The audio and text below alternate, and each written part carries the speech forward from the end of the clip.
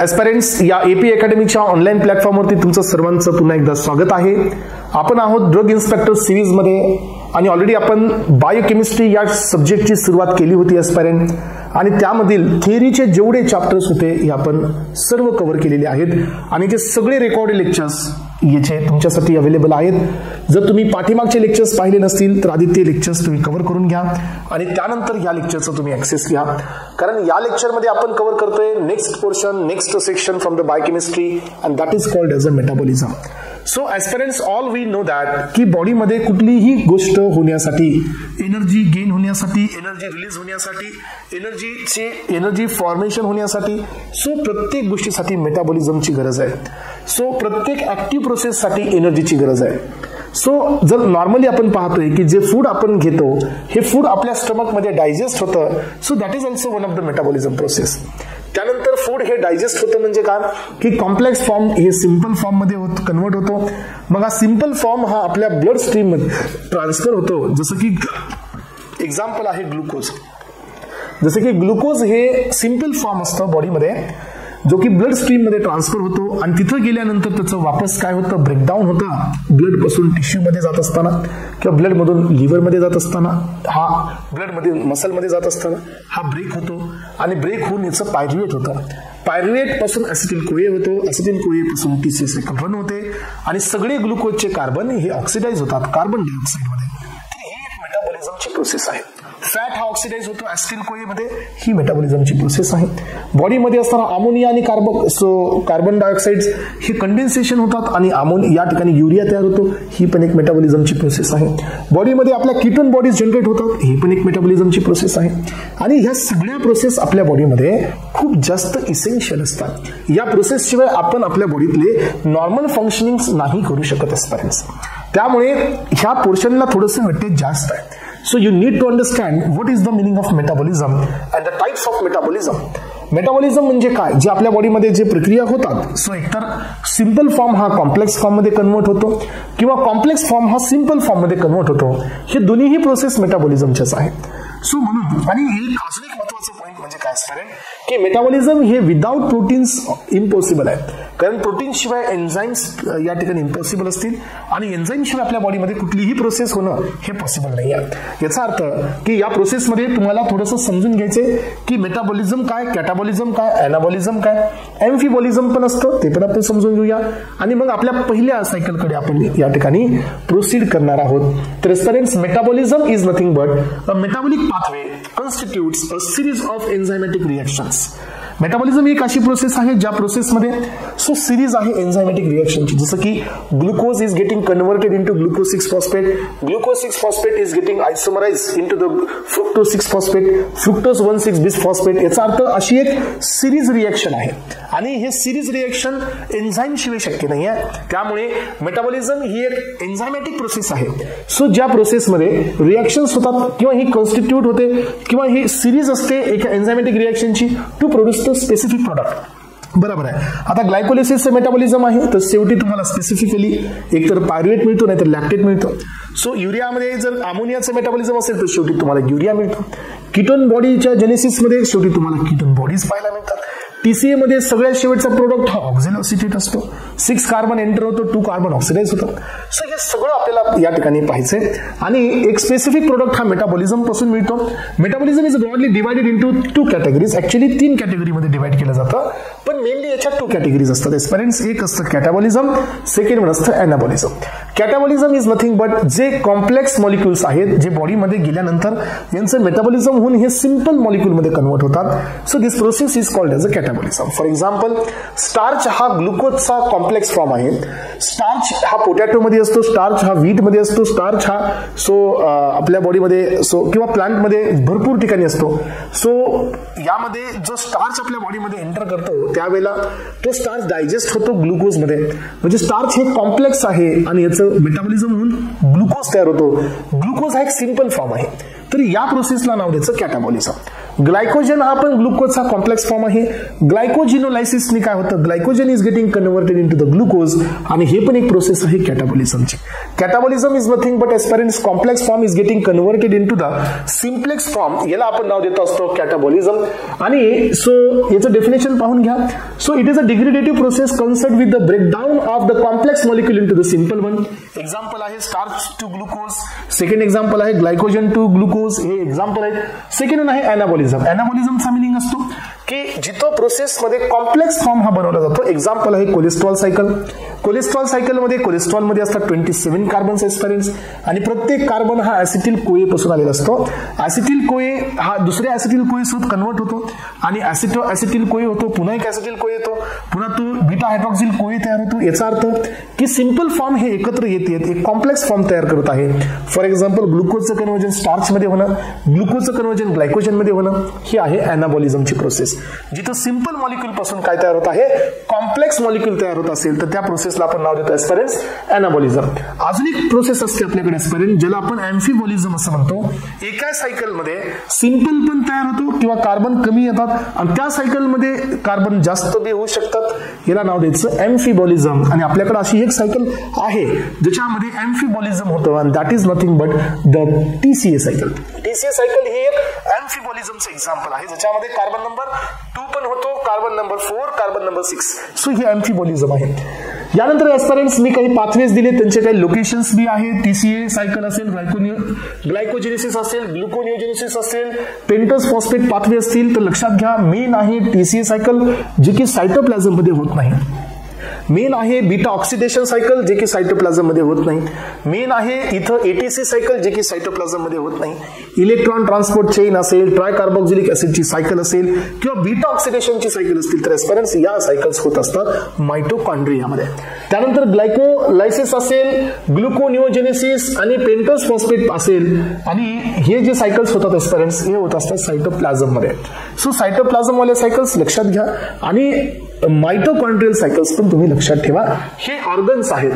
ग्लायकोजेनेसिस liver आणि muscles इथं होते, पण याची मेन ग्लायकोजिनोलायसिस हा काय आहे, ग्लायकोजनचं ब्रेकडाऊन होत असतं ग्लुकोजमध्ये.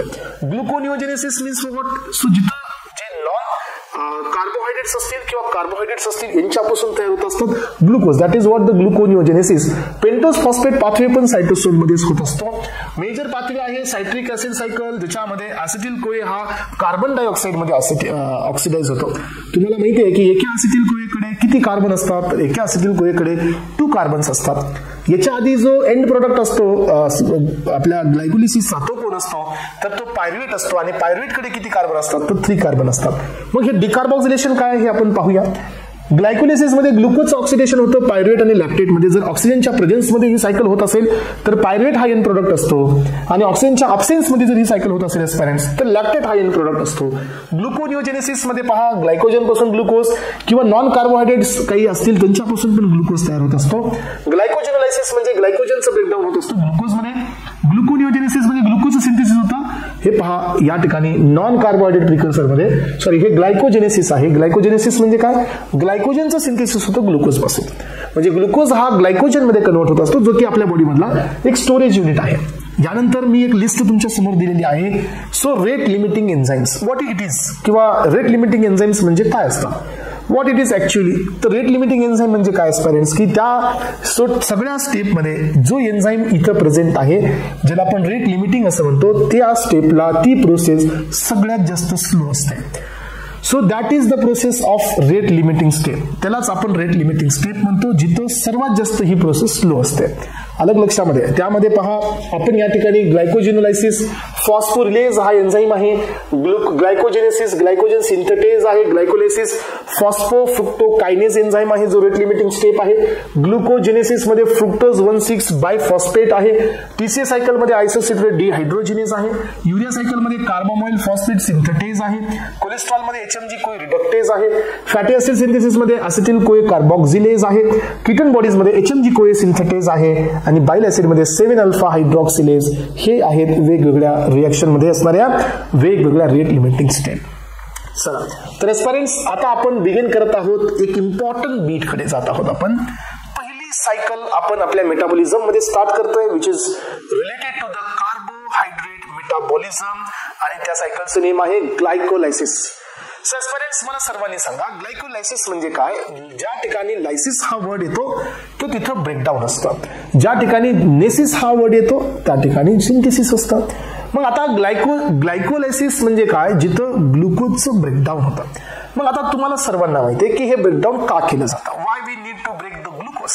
तर सस्पेरेंट्स आपल्या बॉडीमध्ये कुठल्याही प्रकारचं फंक्शन असेल, जसं की मी तुम्हाला आता बोलतोय, जसं की मी कुठली ऍक्टिव्हिटी करतोय, मसलची ऍक्टिव्हिटी होत आहे, कुठल्याही गोष्टीसाठी आपल्या बॉडीमध्ये एनर्जी लागते आणि जे जे बॉडीमध्ये एनर्जी डिपेंडेंट प्रोसेसेस असतात तिथं एनर्जीचं काम करतं एटीपीज. एटीपीचा मिनिंग असतो ॲडेनिन ट्रायफॉस्फेट. तर हे एटीपीज आपल्या बॉडीमध्ये एनर्जीची सोर्स असतात. मग आपल्या बॉडीमध्ये जेवढे काही फंक्शन्स असतील तिथं एटीपीज प्रोव्हाइड कोण करतं पहा, तिथं एटीपी प्रोव्हाइड केले जातात. तर ही कॉमन सायकल असते, दॅट इज व्हॉट ग्लायकोलिसिस आणि टीसीए. ह्या दोन सायकल आपल्या बॉडीमधल्या कॉमन असतात जे एनर्जीचा सोर्स देतात. आपल्याकडे समजून घ्या, आपल्याकडे तर ग्लुकोज आहे. सो ग्लुकोज हा एक जो या ठिकाणी सबस्ट्रेट आहे याच्याकडे किती कार्बन असतात, तर ग्लुकोजच्या मध्ये तुम्हाला माहिती आहे हे पहा C6H12O6 एवढे कार्बन्स आहेत. मग आता हा ग्लुकोज आपण काढताना असा काढू शकतो का, हा काढू शकतो.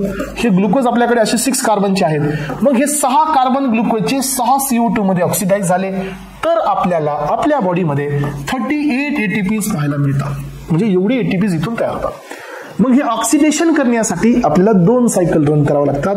त्यातली एक सायकल आहे ग्लायकोलिसिस तर दुसरी सायकल आहे टीसीए. आणि म्हणून आपण हे ग्लायकोलिसिस करतो. ग्लायकोलिसिस परफॉर्म करण्याचं मेन पर्पज हेच आहे की या ग्लायकोलिसिस मध्ये जे कार्बन आहेत हे कार्बन या ग्लुकोज मध्ये जे कार्बन आहेत हे कार्बन ऑक्सिडाइज करायचे आपल्याला कार्बन डायऑक्साइड मध्ये, आणि म्हणून आपल्याला ही सायकल रन करावं लागते. एक ग्लायकोलिसिस आणि दुसरी असते टीसीए. तर आता तुम्हाला अजून एक क्वेश्चन पडला असेल की सर ग्लायकोलिसिस मध्ये अशी कोणती स्टेप असते जिथं एक कार्बन हा CO2 मध्ये कन्वर्ट होतो, तर मी म्हणतो एकही नाही. ग्लायकोलिसिस मध्ये कुठंच तुम्हाला डिकार्बोक्सिलेशन मिळणार नाही. म्हणजे ग्लायकोलिसिस मध्ये कुठंच ग्लुकोजचा कार्बन हा ऑक्सिडाइज होणार नाही कार्बन डायऑक्साइड मध्ये.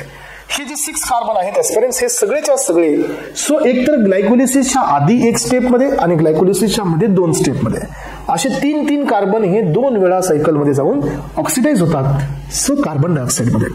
आणि ग्लायकोलिसिस मध्ये कुठल्याही प्रकारचा कार्बन हा ऑक्सिडाइज होत नाही. त्यानंतर अजून एक माझा पॉइंट आहे तुम्हाला, तो म्हणजे की ग्लायकोलिसिस मध्ये कुठं आपल्याला O2 लागतो सांगा. सो किंवा टीसीए सायकल मध्ये आपल्याला कुठं O2 लागतो सांगा. तर एस्पेरेंट्स आपल्याला ऑक्सिजनची गरज डायरेक्टली कुठंच नाही आहे. ना टीसीए मध्ये याची गरज आहे ना ग्लायकोलिसिस मध्ये ऑक्सिजनची गरज आहे. ऑक्सिजनची गरज असते एटीसी ला. एटीसी म्हणजे काय असतो, एक इलेक्ट्रॉन ट्रान्सपोर्ट चेन असतो, तिथं याची गरज असते. आणि आपल्याला इथं या ठिकाणी लक्षात घ्या हा जो O2 असतो हा O2 सो ETC ला लागत असतो जिथं NADH2 हा रिड्युस्ड फॉर्म असतो, याला NAD+ मध्ये करण्याचं काम केलं जातं. NAD+ हा ऑक्सिडाइज्ड फॉर्म असतो. मग हा रिड्युस्ड फॉर्म ऑक्सिडाइज्ड मध्ये करण्यासाठी O2 लागतो. पण आता तुम्हाला माहितीये का की ग्लायकोलिसिस मध्ये O2 असला तरी चालतो, O2 नसला तरी चालतो. म्हणून glycolysis can be run aerobically आणि glycolysis can be run anaerobically. Glycolysis हे इन प्रेझेन्स ऑफ ऑक्सिजन बी होते, glycolysis in absence of oxygen बी होते. दोन्ही पण पॉसिबिलिटी या ठिकाणी असतात. पण या दोघांचा एंड प्रोडक्ट वेगळा असतो. लॅक्टिक डिहायड्रोजिनेस या ठिकाणी पिक्चर मध्ये येतो जर ही ग्लायकोलिसिस ॲनारोबिक मध्ये असेल तर. पाहू आपण. चला तर आता ग्लायकोलिसिसचं बेसिक इंट्रोडक्शन तुमच्या समोर दिलेलं आहे मी. सो ग्लायकोलिसिस सायकल ही पहा, it is just called as commonly it is called as a glycolysis. So is a central metabolic pathway that breaks down the glucose. हे एक सेंट्रल पाथवे आहे कारण इथूनच पुढे तुमचा टीसीए येणार आहे. टीसीएचा आधीचा फॉर्म म्हणजे जे टीसीएचे जे स्टार्टिंग प्रोडक्ट असतात हे ग्लायकोलिसिसचे एंड प्रोडक्ट असतात. त्यामुळे हा कॉमन पाथवे आहे जो आपण फ्युल म्हणून वापरतो. ग्लुकोज हा आपल्या बॉडीमधला कॉमन फ्युल आहे.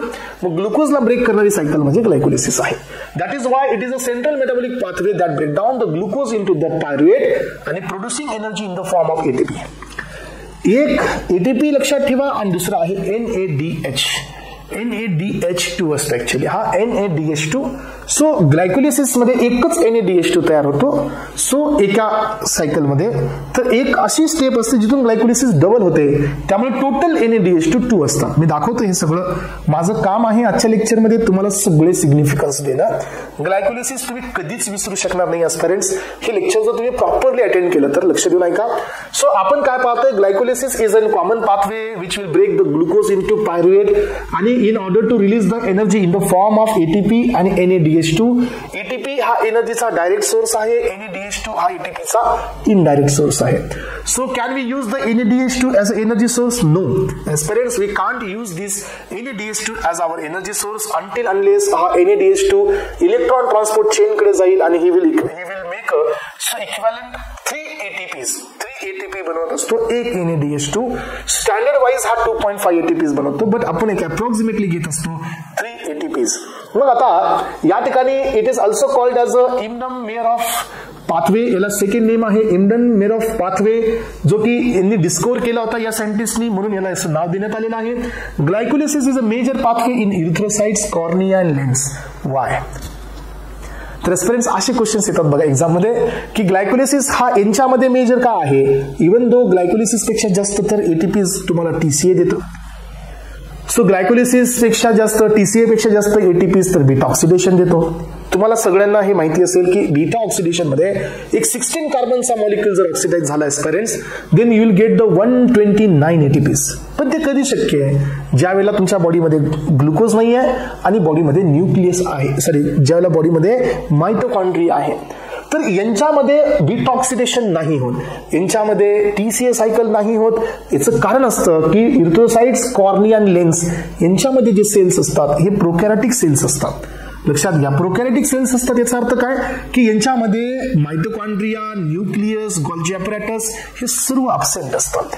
दॅट इज वाय या 3 वेगवेगळ्या टिश्यूज मध्ये मेजर एनर्जी सोर्स असतो तो म्हणजे ग्लायकोलिसिस. तिथूनच यांना ATP मिळतात. मग आता तुम्ही मला सांगा, यांच्यामध्ये ATP पण नसतील, सो जे तुम्ही ETC पासून मिळवणार आहेत, कारण ETC हा कुठे असतो? ETC हे मायटोकॉन्ड्रियामध्ये असते. आता यांच्यामध्ये ETCच नाही आहे तर मग एरोबिक रेस्पिरेशन होणारच नाही. याचा अर्थ यांच्यामध्ये ग्लायकोलिसिस असते एनारोबिक. एनारोबिकचा अर्थ काय? यांच्यामध्ये ATC नसल्यामुळे ग्लायकोलिसिसचा नेट गेन हा फक्त 2 ATPचा असतो. हे पण पॉइंट इथं क्लिअर करून घ्या. यानंतर पहा, glucose 6 phosphate is impermeable to the cell membrane. So it is a central molecules which variety of metabolic fates. So जो ग्लुकोज पासून ग्लुकोज 6 फॉस्फेट तयार होतो हा मेम्ब्रेनला क्रॉस करून सेलच्या बाहेर येऊ शकत नाही.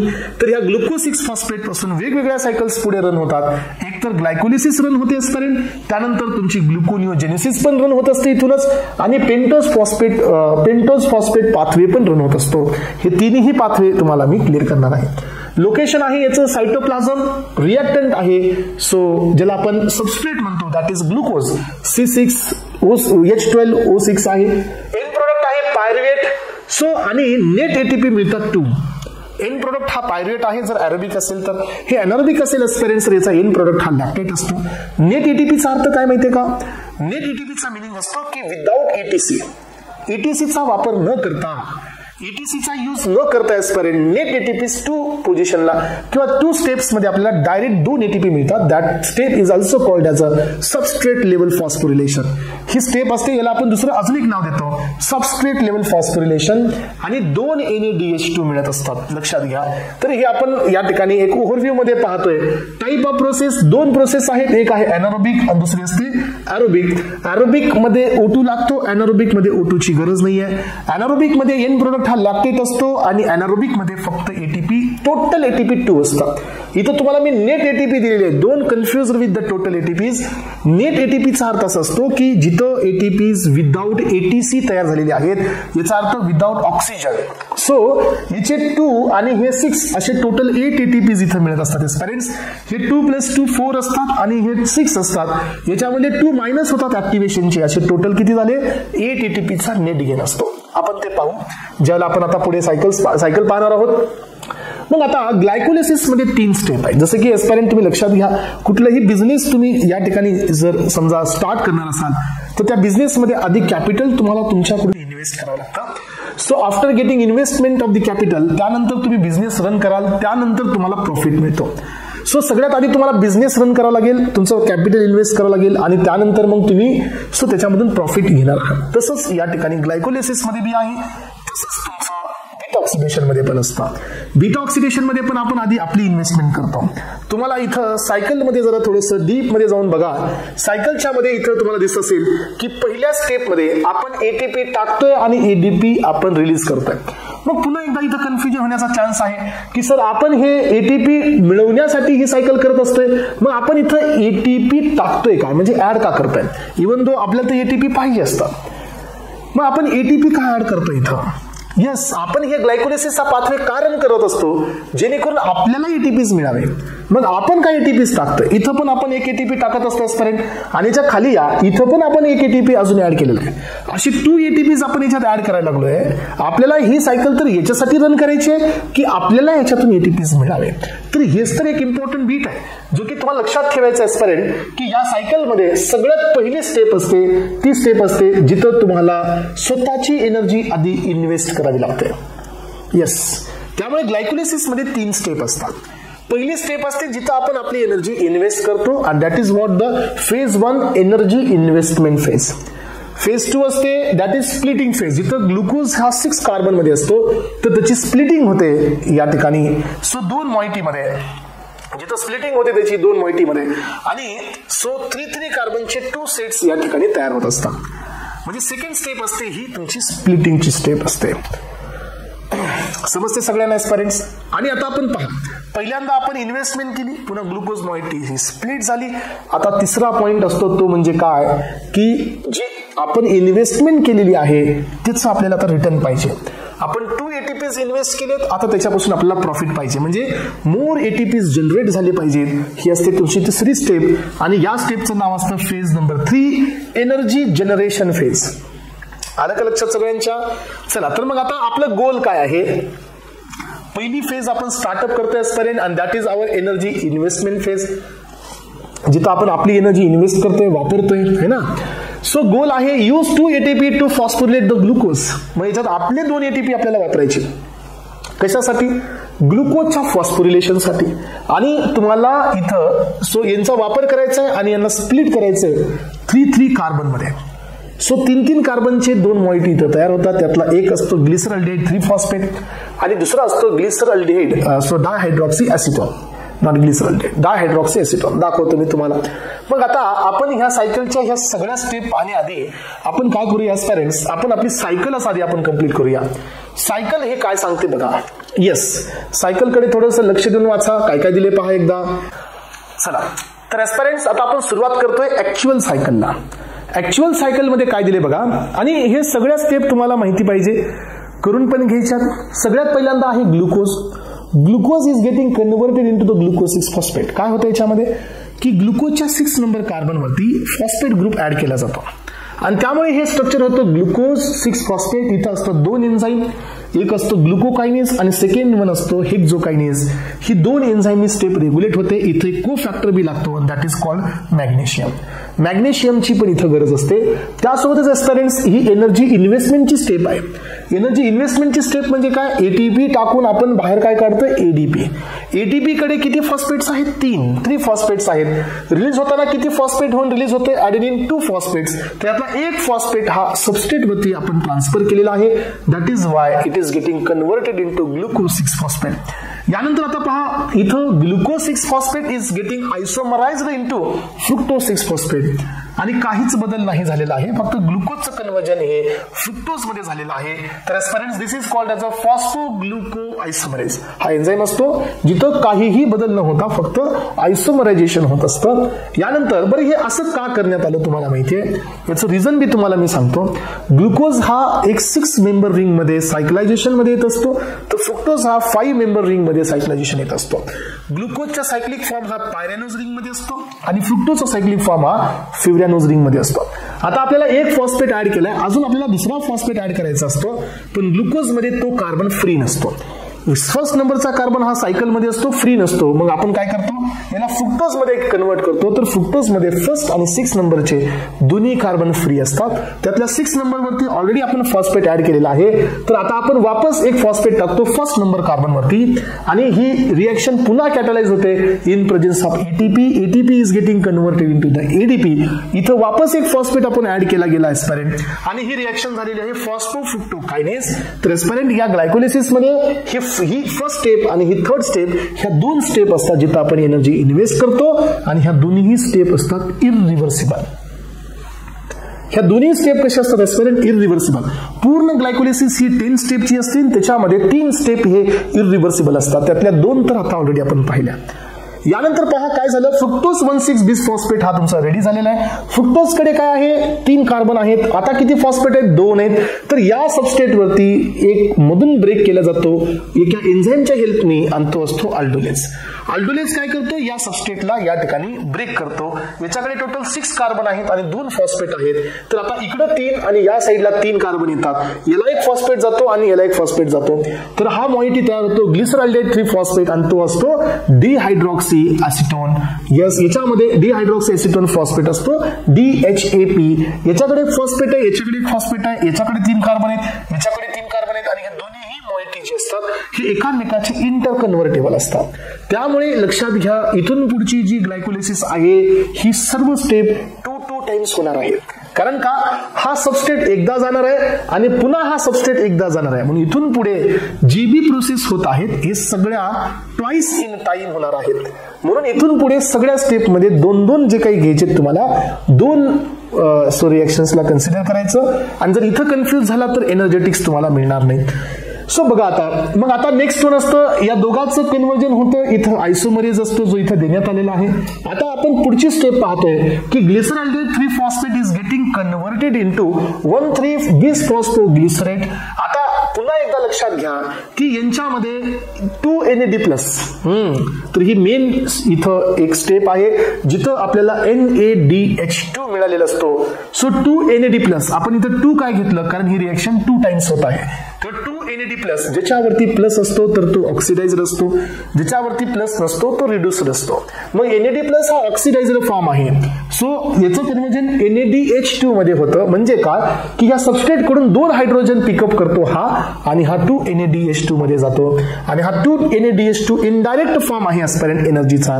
तर हा कुठे ट्रान्सपोर्ट होतो, हा जातो ETC कडे आणि it is equivalent to the 6 ATPs. याच्यापासून तुम्हाला किती ATPs मिळतात, 6 ATPs you are getting here. आणि ही स्टेप एक मेन इनडायरेक्ट स्टेप असते जिथं एनर्जी ही इनडायरेक्टली मिळते. यानंतर 1,3 बिस फॉस्फोग्लिसरेट हा 3 फॉस्फोग्लिसरेट मध्ये कन्वर्ट होतो. आता याच्याकडे 2 फॉस्फेट आहेत, इथं राहिला फक्त 1. तर ही पहिली स्टेप आहे एस्पेरेंट जिथं तुम्हाला डायरेक्ट ATP मिळतो. And that is why this step is also called as a substrate level phosphorylation. Substrate level phosphorylation म्हणजे काय, सबस्ट्रेट लेवल वरती तुम्हाला डायरेक्ट ATP मिळालेला आहे. याच्या आधीही तुम्हाला NADH2 ने ATP मिळाले, पण तुम्हाला या NADH2 ला ETC कडे घेऊन जावं लागलं, तिथं तुम्हाला ATPs मिळाले. पण इथं जो ATP मिळतो आजपर्यंत तो तुम्हाला ETC कडे जाऊन मिळणार नाही, ETC कडे जाऊन घेण्याची गरज नाही. Directly 2 ADP is getting converted into the 6. So 2 ADP is getting converted into the 2 ATPs. आणि इथं हे 2 आणि वरतीचे 6 आतापर्यंत आपल्याला 8 ATPs मिळाली आहेत. सो इथं NADH2 चा एका NADH2 चे 3, इथं मिळाले 2, तर त्याचे 2 आणि हे याचे 2. सो एकेकाचे 3 म्हणजे टोटल झाले 6 प्लस दिस 2, 8 ATPs आतापर्यंत आपल्याला नेट गेन मध्ये मिळालेले आहेत स्टुडंट्स. यानंतर आहे 3 फॉस्फोग्लिसरेट. 3 फॉस्फोग्लिसरेट इज आयसोम्युटेज, म्हणजे याचं फक्त लोकेशन चेंज होतं. 3rd पोझिशनचा फॉस्फेट हा 2nd पोझिशनला येतो. फॉस्फोग्लिसरोम्युटेज हा एक एन्झाईम असतो जो की याचा फक्त आयसोमराइज करतो. 2 फॉस्फोग्लिसरेट तयार होतो. यानंतर असतो इनोलेज. इनोलेजनी 1 वॉटर इथून लिबरेट होतं एका स्टेप मध्ये, 2 वॉटर इथून रिलीज होत आहे कारण इथं 2 वेळा ही स्टेप होत आहे आणि कन्वर्ट होत असतो फॉस्फोइनाइल पायरुवेट. फॉस्फोइनाइल पायरुवेट मध्ये वापस एक फॉस्फेट ग्रुप प्रेझेंट आहे अजून. तर इथं पायरुवेट कायनेस इथं हा एन्झाईम कॅटलाइज करतो ही reaction. Phosphoenol pyruvate is getting converted into the pyruvate आणि याच्यातला एक फॉस्फेट बाहेर पडतो आणि तो पिकअप करतो ADP आणि हा कन्वर्ट होत असतो ATP मध्ये. इथं 1 ATP मिळतो, ही स्टेप 2 वेळा होते, तर इथं टोटल तुम्हाला 2 ATPs पाहायला मिळतात एस्पिरंट्स. तर पहिल्या आपल्या आधीच्या स्टेपमध्ये आपल्याला आतापर्यंत 8 ATPs मिळालेले आहेत. आता हे 2 ATPs इथं ऍड ऑन होतात आणि टोटल झाले तुमचे 10 ATPs एस्पिरंट्स. याच्या आधीही तुम्हाला मी 2 अशा स्टेप दिलेल्या आहेत जे की इरिव्हर्सिबल नेचरचे असतात आणि ही पण स्टेप इरिव्हर्सिबल नेचरची असते. याच्या आधी एक स्टेप दिली जिथं सबस्ट्रेट लेवल फॉस्फोरिलेशन होतं, तर एस्पिरंट्स ही पण अशी स्टेप असते जिथं सबस्ट्रेट लेवलचंच फॉस्फोरिलेशन होतं. हे ATPs तुम्हाला मिळवण्यासाठी ETC कडे जायची गरज नाही, डायरेक्ट ATPs मिळतात 2 स्टेप मध्ये. एका ठिकाणी इनडायरेक्ट ATPs मिळते जे की in the form of NADH2 असते. NADH2 चे 6 ATPs आणि ह्या दोघांचे 2-2 असे टोटल तुमचे 10 ATPs चा गेन होतो. पण एक गोष्ट विसरू नका, ही प्रोसेस बिगिन करण्यासाठी, या प्रोसेसला सुरू करण्यासाठी आपण 2 ATPs आधी इन्व्हेस्ट केलेली आहेत. Glucose is getting converted into the glucose 6 phosphate, इथं एक ATP आपण वापरलाय, आणि fructose 6 phosphate is getting converted into the fructose 1,6 bis phosphate, इथं एक आपण ATP वापरलेला आहे. तर ह्या टोटल 10 मधून आपले 2 ATPs मायनस होतील एस्पिरंट्स. तर टोटल तुम्हाला गेन मिळतो इथं 8 ATPचा. जर या ठिकाणी ETC रन होत असेल तर, मग ETC कधी रन होते? जर ऑक्सिजन असेल तर आणि मायटोकॉन्ड्रिया असेल तर हे तुम्हाला 6 ATPs पाहायला मिळतात. मग आता आपण हे पाहतो, जर समजा या ठिकाणी ETC नाहीये किंवा ऑक्सिजन नाहीये तर मग काय होईल? ऑक्सिजन नाहीये तर मग ही प्रोसेस होणार, पण ह्याचे तुम्हाला ATPs नाही मिळणार. अलग लक्षात.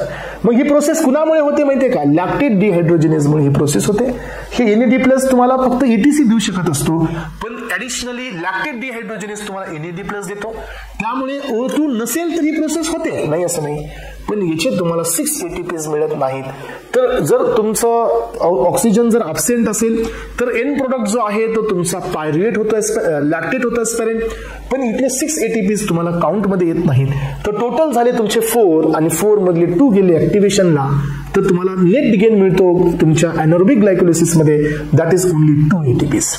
म्हणून एनारोबिक ग्लायकोलिसिस ही रन होत असते जर ऑक्सिजन अब्सेन्स असेल तर, किंवा सो त्या सेलमध्ये मायटोकॉन्ड्रिया नसेल तर. मायटोकॉन्ड्रिया नसणारे आपल्याकडे 3 कॉम्पोनंट आहेत, एक आहे RBC, कॉर्निया आणि लेन्स. यांच्यामध्ये मायटोकॉन्ड्रिया नसतो, त्यामुळे हे जे डिपेंड असतात हे टोटल ग्लायकोलिसिस वरती डिपेंड असतात आणि त्यातली त्यात हे एनारोबिक ग्लायकोलिसिस वरती डिपेंड असतात. समजून घेण्याचा प्रयत्न करा. आणि यानंतर मग ही स्टेप आपण इथं या ठिकाणी, सो ATPs आपल्याला 2 तयार झालेली आहेत. एका स्टेपमध्ये 2 आणि 2 4, तर 2 आपण यूज केलेत. त्यामुळे NADH2 आपल्याकडे 2 आहेत, पायरुवेट आपल्याकडे 2 आहेत. NADH2 मध्ये 2 NADH2 इथं 6 ATPs, पण इथं ऑक्सिजन लागतो आपल्याला, राईट. यांचं कन्व्हर्जन ATP मध्ये करायचं असेल तर तुम्हाला ETC कडे जावं लागतं आणि ETC विदाउट ऑक्सिजन ही रन होत नसते. ओके, चला सगळ्यांनी लक्षात घ्या. हा पार्ट क्लिअर झाला असेल तर इरिव्हर्सिबल स्टेप तुमच्या समोर 3 आल्या, हेक्झोकायनेज, ग्लुकोकायनेज आणि फॉस्फोफ्रुक्टोकायनेज आणि पायरुवेट कायनेज. जे शेवटचे phosphoenol pyruvate is getting converted into the pyruvate. तर ही पण स्टेप कशी असते? तर ही पण स्टेप ही तुमची इरिव्हर्सिबल असते. यानंतर पायरेट्स, गरज काय या पायरुवेटची? पायरुवेट हा कुठं काम करतो? Fate of the pyruvate. So aerobic condition मध्ये pyruvate enters into the mitochondria आणि क्रेब्स सायकल ही रन होते. लक्षात घ्या, जर ऑक्सिजन याच्याकडे असेल तर हा पायरुवेट कुठं जातो सांगा? ऑक्सिजन जर याच्यात असेल तर पायरुवेट हा मायटोकॉन्ड्रिया मध्ये जातो आणि टी सेल सायकल रन होते. सो एरोबिक कंडिशन मध्ये pyruvate is getting converted into lactate or the ethanol आणि प्लस CO2 मध्ये हा कन्वर्ट होतो आणि या ठिकाणी ही एनारोबिक रिएक्शन रन होते. लक्षात घ्या, जर एनारोबिक होत असेल तर फक्त 2 ATPs आणि एरोबिक होत असेल तर 8 ATPs. तर एस्पिरंट तुम्हाला काय काय लक्षात ठेवायचे हे पहा, कुठे कुठे काय काय तयार झालं हे लक्षात ठेवायचं. ATP सबस्ट्रेट लेवल कुठे आहेत ते लक्षात ठेवायचे. 2 अशा स्टेप आहे जिथे सबस्ट्रेट लेवल असतं आणि ग्लिसरॉल्डेट ट्रिफॉस्फेट डिहायड्रोजिनेज ही अशी स्टेप असते जिथं तुम्हाला इनडायरेक्ट NADH2 तयार होताना पाहायला मिळतो. सो ग्लिसरॉल्डेट ट्रिफॉस्फेट डिहायड्रोजिनेज मध्ये 6 ATPs मिळतात.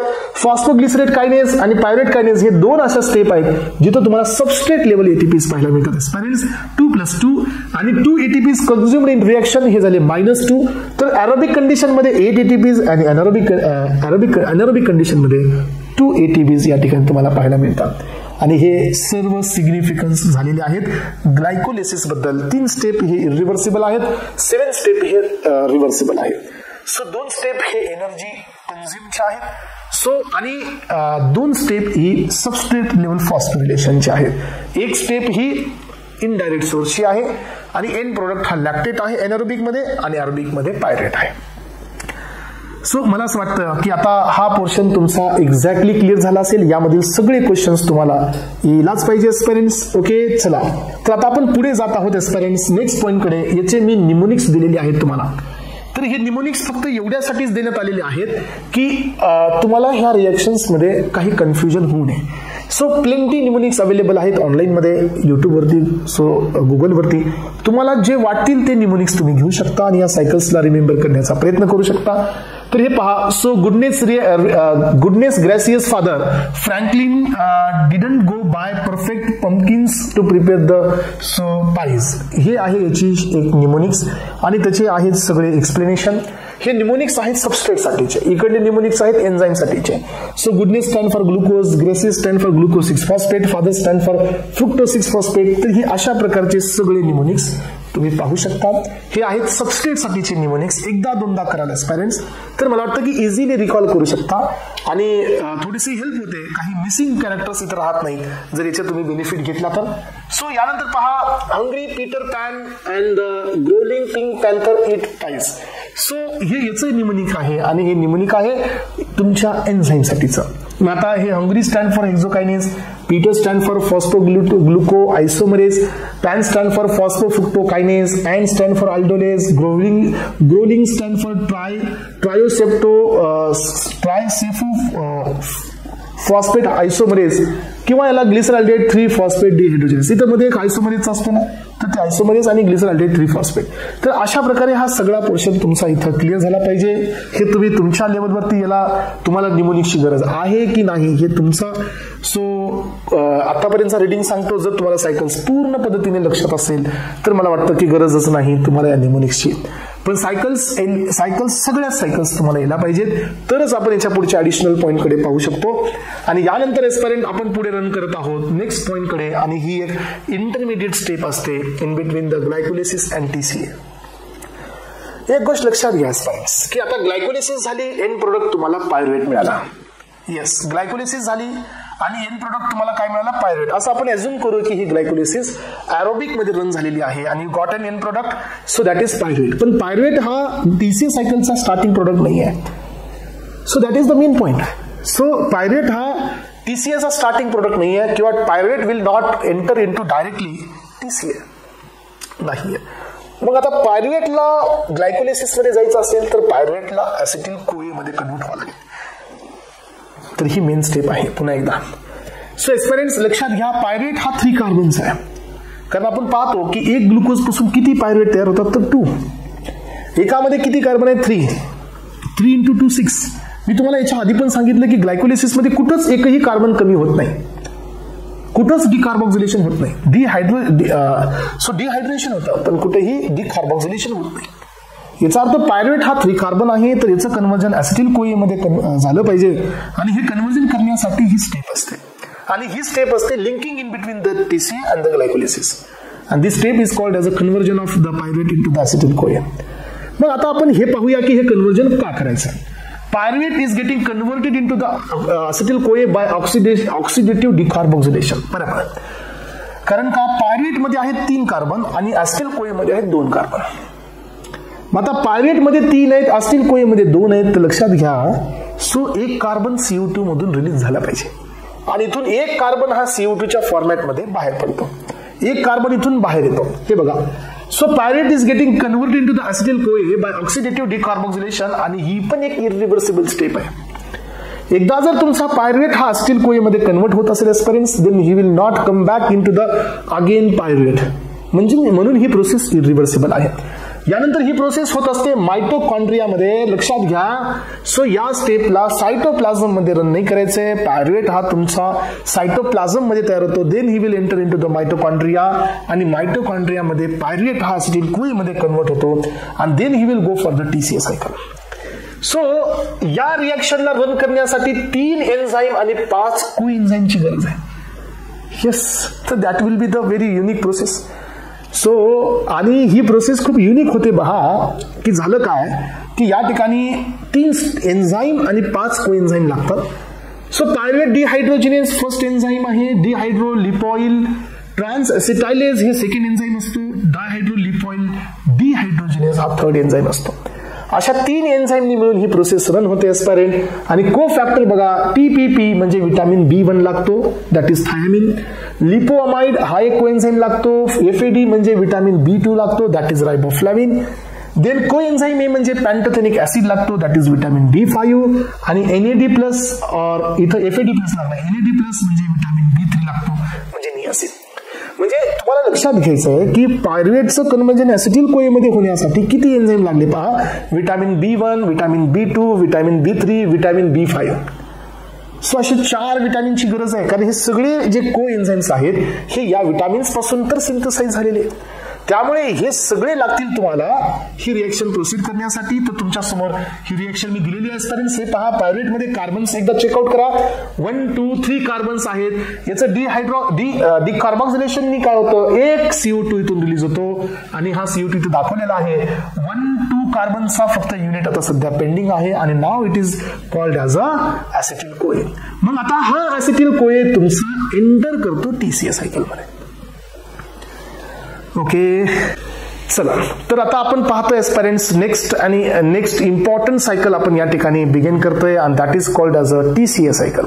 TCA सायकल यांना आपण TCA असं का म्हणत असतो, because it is in the tricarboxylic acid cycle. ही एक ट्रायकार्बॉक्सिलिक ऍसिडची सायकल आहे एस्पायरेंट.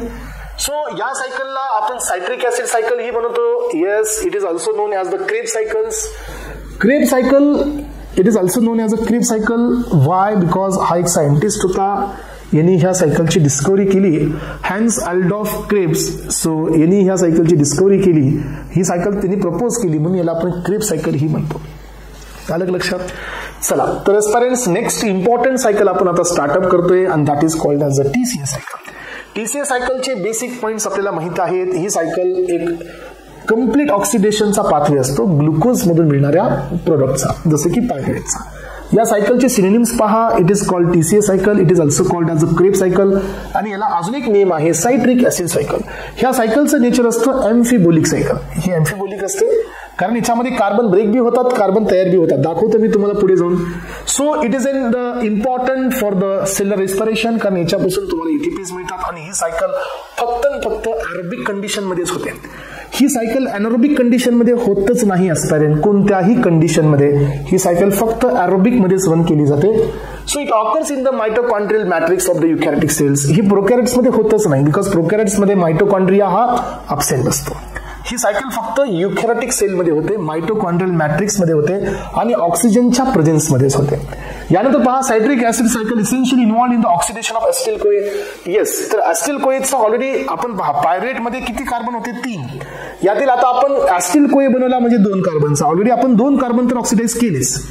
एक पायरुवेट हा ऍसिटिल कोए मध्ये गेला तर एक CO2 रिलीज झाला, दुसरा पायरुवेट हा ऍसिटिल कोए मध्ये गेला तर दुसरा CO2 रिलीज झाला, म्हणजे 2 कार्बन तर आपण ऑलरेडी CO2 मध्ये पाठवले. आता आपल्याकडे फक्त 2 ऍसिटिल कोए पेंडिंग आहेत, म्हणजे 2 ऍसिटिल कोएचे 4 कार्बन आहेत. म्हणजे आपल्या TCA सायकल मध्ये 4 CO2 फक्त बाहेर काढायचे. 4 CO2 जेव्हा रिलीज होतील ना त्यावेळेला एक ग्लुकोज हा कम्प्लीट 6 कार्बन डायऑक्साइड मध्ये ऑक्सिडाइज झालेला असेल आणि वी गॉट ॲट 38 ATPs. पाहू आपण, पहा. So Kreb cycle is both catabolic and anabolic in nature. बघा, ही एम्फिबोलिक असते, कारण इथं कार्बन तयार बी होतात, कार्बन बनतात बी आणि ब्रेक बी होतात. The citric acid cycle was proposed by the Hans Adolf Kreb in 1937 आणि he got Nobel prize in physiology and medicine 1953. यानंतर या सायकलचा ओव्हरव्ह्यू पाहूया. याचं मेन पर्पज काय की ऍसिटिल कोएला आपण CO2 मध्ये कन्वर्ट करू, म्हणजे ऑक्सिडाइज करू आणि आपण इथून आपल्याला किती ATPs मिळतात माहिती का? एक ऍसिटिल कोए CO2 मध्ये 2 CO2 मध्ये जर ऑक्सिडाइज होत असेल तर आपल्याला 12 ATPs मिळतात. 12. सो दुसरा ऍसिटिल कोए हा 2 CO2 मध्ये गेला की तिथून मिळतात 12. 12 प्लस 12 किती झाले? 24. 24 प्लस जिथं पायरुवेटचं कन्व्हर्जन आपण ऍसिटिल कोए मध्ये केलं तिथं मिळतात 3. तर ही स्टेप 2 वेळा होते, तर 3 + 3 असे टोटल झाले 30 ATPs. तर आपल्याला टोटल गेन जो असतो TCAचा तो असतो 30 ATPs जर तुम्ही स्टार्टिंग प्रोडक्ट पायरुवेट दिला तर. आणि जर तुम्ही ऍसिटिल कोएचा स्टार्टिंग प्रोडक्ट दिला एस्पायरेंट तर ATPs असतात 24. आपण कॅल्क्युलेट करू सगळे, डोंट वरी, हे सगळे कॅल्क्युलेट करू. आधी आपल्याला हे लक्षात आहे का? बघा, हे बघा इथं तुमच्या लक्षात आहे का की इथं तुमची पायरुवेट मध्ये ग्लायकोलिसिस सायकल एंड झाली होती, राईट? ग्लायकोलिसिस आपण ऍसिटिल कोए केलं आणि इथं एक NADH2 आपल्याला मिळाला होता. मग 1 NADH2 = 3 ATP आणि ही सायकल किती वेळा झाली? 2 वेळा. म्हणजे इथं तुम्हाला 6 ATPs ऑलरेडी मिळालेत ऍसिटिल कोए तयार झाल्यानंतर. आणि टीसीए मध्ये जाण्याआधी. सो टीसीए मध्ये जाण्याआधी आणि ग्लायकोलिसिस नंतर जी इंटरमिडिएट स्टेप असते, सो ही जी स्टेप आहे दोघांच्या मधली, सो पायरेट टू ऍसिटिल कोए इथं तुम्हाला एक NADH2 एका स्टेप मध्ये मिळतो. तर टोटल तुम्हाला 2 NADH2 मिळालेले आहेत. आणि this 2 NADH2 equals to the 6 ATPs. म्हणजे ऍसिटिल कोए तयार झाल्यानंतर तुम्हाला 6 ATPs ऑलरेडी मिळालेले असतात. येस. आणि यानंतर मग आपण आता मध्ये चाललेले आहोत आपल्या सायकलकडे. हे पहा, आपल्याला 3 माहिती इथं मिळतात. सो ग्लायकोलिसिस मध्ये आपल्याला ATP बी मिळतो एकाच स्टेप मध्ये. ग्लायकोलिसिस मध्ये आपल्याला FADH2 बी मिळतो आणि ग्लायकोलिसिस मध्ये आपल्याला NADH2 बी मिळतो. 3 आपल्याला गोष्टी एनर्जीसाठी मिळतात. त्यातला ATP हा डायरेक्ट असतो, FADH2 NADH2 हे इनडायरेक्ट असतं. पाहू आपण ते पण. Okay. So electron transport chain कडे गेल्याशिवाय यांचं एनर्जी ATP मध्ये होत नसतं. लोकेशन आहे मॅट्रिक्स, युकॅरियोटिक सेल, प्रोकॅरियोट मध्ये होतच नाही. Oxygen required indirectly. डायरेक्टली बघा टीसीएच्या कोणत्या स्टेप मध्ये ऑक्सिजन नाही आहे. मग तुम्ही म्हणाल की सर ऑक्सिजनचीच काय गरज आहे. बघा हे पण एकदा थोडंसं क्लिअर करून देतो तुम्हाला. याच्याबद्दल थोडीशी क्लॅरिटी असणं गरजेचं आहे. हे बघा मी तुम्हाला दाखवतो इथं की why we need this oxygen.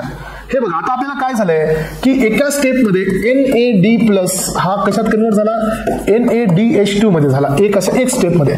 आणि हा कुठे गेला, ETC कडे. ETC कडे गेल्यानंतर हा वापस तयार झाला NAD+ आणि इथून तयार झाले 3 ATP. तर ATP तर मिळाले हे तर आपल्यासाठी म्हणजे एनर्जीचं कामच झालं. पण ह्याचा ऑक्सिडाइज फॉर्म बी तयार होणं गरजेचं होतं ना. हे पहा, जर हा NAD+ हा वापस तयार नाही झाला तर पुढची स्टेप ही कशी रन होईल. याचा अर्थ ऑक्सिजनची गरज ही फक्त ATP साठी नसते, तर ऑक्सिजनची गरज ही वापस रिड्यूस्ड फॉर्म ऑक्सिडाइज करण्यासाठी बी असते. म्हणून हे काम असतं इलेक्ट्रॉन ट्रान्सपोर्ट चेनचं, जिथं आपल्याला 2 बेनिफिट होतात. एक तर ATP पण मिळतो आणि रिड्यूस्ड फॉर्म वापस ऑक्सिडाइज मध्ये जातो. हा जर गेला नाही आजपर्यंत सायकल रन होत नाही नेक्स्ट स्टेप मध्ये. नेक्स्ट जी पुढची सायकल आहे, पुढची जी स्टेप आहे ती NAD+ लागतं. NADH2 तर रिड्यूस्ड फॉर्म आहे, त्याच्यावरून हे रन होतच नाही. कारण आपला सबस्ट्रेट काय करणार आहे, सबस्ट्रेट हा खाली जात असताना 2 हायड्रोजन फेकणार आहे. तर हे 2 हायड्रोजन कोणीतरी कॅरी करणे म्हणजे कोएन्झाईम लागतो. मग ह्याने हे 2 हायड्रोजन कॅरी केले की हा NADH2 मध्ये येतो. मग ह्याचं वापस NAD+ कोण करतं, ETC. आणि हे जर नाही झालं तर मग नेक्स्ट ही स्टेप होतच नाही, कारण 2 हायड्रोजन दिले पण कुणी घ्यायलाच नसेल तर ही स्टेप होणारच नाही. त्यामुळे ही स्टेप इथं ब्लॉक होते. अलग लक्षात. त्यामुळे ETC is very essential. O2 लागतो, सायकलला नाही लागत, ETC लागतो आणि याच्यामुळे ही सायकल रन होते. त्यामुळे TCA सायकल ही ओनली एरोबिक असते. TCA सायकल ही कधीच एनारोबिक नसते. ठीक आहे. चल, ट्रान्सपरन्स ऑक्सिजन हा इनडायरेक्टली लागतो. याच्यामध्ये पहिली स्टेप ऑक्झॅल ऍसिटिल कोए प्लस ऑक्झॅल ऍसिटेट सायट्रेट तयार होतं. याचं कन्व्हर्जन सायट्रेट सिंथेस करतो. सो याचे 4 आणि याचे 2 असे टोटल 6 कार्बनचा कंपाऊंड तयार होतो. सायट्रेटचा आयसोसायट्रेट होतो, कार्बन नंबर बदलला नाही, आयसोमेरेज नाही. आयसोसिट्रेटचा अल्फा कीटो ग्लुटारेट आणि इथं एक CO2 बाहेर पडतो. हे बघा, आयसोसिट्रेट डिहायड्रोजिनेज आणि इथं एक NADH2 तुम्हाला मिळतो. अल्फा कीटो ग्लुटारेट हा कन्वर्ट होतो सक्सिल कोए प्लस, इथं एक CO2 मिळतो. अल्फा कीटो ग्लुटारेट डिहायड्रोजिनेज इथे एक NADH2 मिळतो. तर आतापर्यंत तुम्हाला 2 NADH2 मिळाले. सायकल्स लक्षात ठेवायचे असतील तर असंच करावं लागतं बेटा, याच्या पलीकडे दुसरा पर्याय नाही आहे. 2 NADH2 आतापर्यंत मिळाले. सक्सिल कोए हा सक्सिनेट मध्ये जातो. सक्सिनिल कोए सिंथेटेस इथं पहिला ATP मिळतो आणि हा ATP TCA मध्ये GTP असतो. GTP equals to ATP. Yes, आतापर्यंत आपल्याला 2 NADH2 आणि 1 ATP मिळाला. विसरू नका, कॅल्क्युलेशन लागतंय आपल्याला. सक्सिनेटचं कन्व्हर्जन फिमारेट मध्ये होतं. फिमारेट सक्सिनेट डिहायड्रोजिनेजनी हे कन्व्हर्जन होतं आणि इथं तुम्हाला एक FADH2 मिळतो, नॉट NADH2. सो ऍस्पिरन्स आतापर्यंत आपल्याला 2 NADH2, 1 FADH2 आणि 1 ATP मिळाला. आता पुढच्या स्टेप मध्ये काय झालं, fumarate is getting converted in the malate. So इथं फिमारेज एन्झाईमनी इथं काही तुम्हाला आउटपुट मिळणार नाही. Malate is getting converted in the oxaloacetate आणि इथं असतो मॅलेट डिहायड्रोजिनेज. इथं एक तुम्हाला NADH2 मिळाला. याचा अर्थ काय ऍस्पिरन्स, तुम्हाला आतापर्यंत 3 NADH2, 1 FADH2 आणि 1 ATP मिळाला. मग आता कॅल्क्युलेशन लावा बरे, बघा किती इझिली लक्षात येतं. 1 NADH2 equals to 3 ATP. We got in 3 into 3 9. Yes, 1 NADH2 पाहिला आपण. 1 FADH2 इक्वल्स टू 2 ATP. आपल्याकडे एकच आहे FADH2, दॅट इज 9 + 2 11 आणि 1 ATP डायरेक्ट मिळालाय म्हणजे 12. बघा ऍसिटिल कोए पासून आतापर्यंत कॅल्क्युलेशन्स केलात तर तुम्हाला मिळाले 12 एटीपीज एका सायकल मध्ये, आणि तिथले विसरलात का तुम्ही पायरुवेट टू ऍसिटिल कोएचे 3, तो टोटल झाले 15. आणि ही सायकल 2 वेळा रन होते. 15 + 15 30, 30 + 8 of glycolysis, 38 ATPs will get. So from the one single glucose, whenever it is comes under the oxidation by glycolysis and the TCA, the total 38 ATPs, 38 ATPs इथं आपल्याला मिळाले. मग आता तुमचं काम काय बघा यामध्ये. सो रेट लिमिटिंग स्टेप कोणते सायट्रेट सिंथेस, आयसोसिट्रेट डिहायड्रोजिनेस, अल्फा कीटो ग्लुटारेट डिहायड्रोजिनेस. ही सायकल तुमच्या समोर आहे. अजिबात स्ट्रक्चर करायची गरज नाही. It is just for your या ठिकाणी ऍडिशनल इन्फॉर्मेशन हे स्ट्रक्चर्स देण्यात आलेले. हे बघा इथं तुम्हाला लक्षात येत असेल एस्पेरेंट्स की हा ऍसिटिल कोए आहे, याच्याकडे 2 कार्बन्स आहे. सो हा ऑक्झॅलो ऍसिटेट आहे, याच्याकडे 4 कार्बन्स आहेत. So 2 + 4 6 carbons citrate. पुन्हा अॅक्युनायटेस 6 अॅक्युनायटेस. सो अॅक्युनायटेस आयसोसिट्रेट मधून पहिला इथे NaDH2 निघाला, हे झाला अल्फा कीटो ऑक्झॅलो सक्सिनेट झाला आयसोसिट्रेट डिहायड्रोजिनेस. पुन्हा असतो इथं आयसोसिट्रेट डिहायड्रोजिनेस, याचं कन्वर्जन झालं अल्फा कीटो ग्लुटारेट. इथं तयार झाला इथे एक CO2 गेला, तिथे एक NaDH2 आला, इथं वापस अल्फा कीटो ग्लुटारेट, इथं डिहायड्रोजिनेस होऊन इथे एक NaDH2 निघतो. तर हे माहिती असावी. सो एक इथं NaDH1 आणि इथं NaDH1 असे 2 झाले असपर्यंत अजून एक NaDH शेवटच्या स्टेपमध्ये मिळतो. म्हणजे इथं मॅलेट डिहायड्रोजिनेसने एक NaDH2 मिळतो, 3 NaDH2. याच्या खाली एक ठिकाणी FADH मिळतो. हे बघा इथं सक्सिनेट डिहायड्रोजिनेसने एक FADH2 मिळतो, आणि इथं तुमचा मिळत असतो 1 ATP सक्सिनेट थायकायनेस मध्ये 1 ATP. असे टोटल किती झाले सांगा. सो असे टोटल आपल्याकडे 3 NaDH2, 1 FADH2 आणि 1 ATP सायकलमध्ये, आणि सायकलमध्ये येण्याआधी 1 NaDH2 असे टोटल झाले. चलो, thank you so much aspirants. Thank you so much. Have a nice day. Thank you.